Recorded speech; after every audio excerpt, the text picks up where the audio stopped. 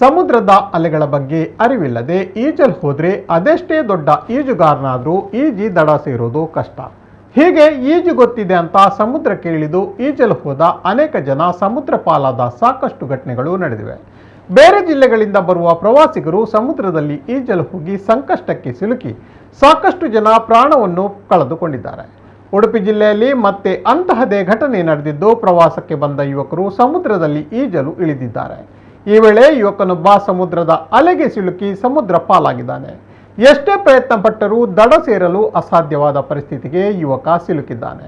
ಈ ವೇಳೆ ಮಾಹಿತಿ ಪಡೆದ ಹರ್ಷ ಕುಂದರ್ ಹಾಗೂ ಗಣೇಶ್ ಕುಂದರ್ ಎಂಬ ಯುವಕರು ಸಮುದ್ರಕ್ಕೆ ಹಾರಿ ಯುವಕನನ್ನ ದಡಕ್ಕೆ ಎಳೆದು ತಂದಿದ್ದಾರೆ.